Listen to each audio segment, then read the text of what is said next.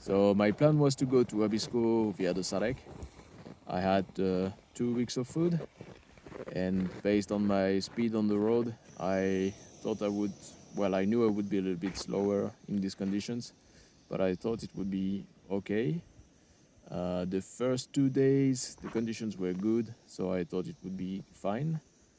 And then the third day, the conditions became worse. A lot of snow fell. My batteries got empty, the so-called solar batteries, a little bit earlier than what I expected. So I only had battery on my phone, but just for a few days. From the beginning, the margin of security for food was not very high. My phone was not gonna last more than 2 or 3 days, and now the weather was turning very bad and was slowing me down a lot. So I had no other option but to go back.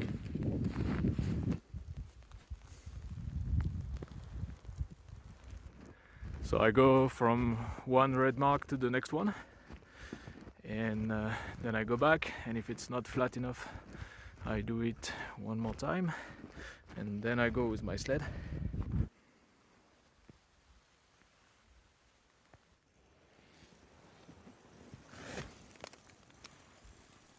The gravels on the road had been badly damaging the snow blades, so their surfaces were no longer smooth, and they were attracting a lot of snow and ice, which meant that they were not sliding very well, and it made my sled very heavy to pull. So after this snow blade inspection, I understood why I was so slow. Abisko was no longer a good idea. I knew I had to go back to Yorkmock, which was the closest place to get electricity and food. But spending days on the road to get there, pulling my sled, damaging it even more, and then going back was not very appealing. So I decided to go back to Seitivare, where the road begins, leave there my tent and sled, and hitchhike to Yorkmock, spend 1 or 2 nights there, and come back with my backpack full of food. And after that, rather than racing to Abisko, which would be close to impossible even with a lot of food, I would stay in this area and enjoy.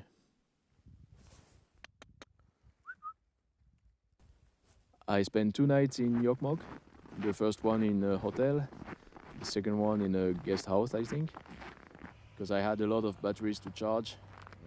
The charging time was pretty long, and I didn't want to buy one charger per battery. And the first time I was in Yorkmock, I had not taken the time to see the town, so it was good to stay a little bit more. And it was also the opportunity to take a shower and wash my clothes, which is good once in a while. Hitchhiking didn't work, but someone had told me that there was a bus going in the right direction once a day. The bus from Yorkmock just dropped me here. So now I have 7 kilometers to Seitivare, and here is what I'm gonna take up there. So I have a lot of bread.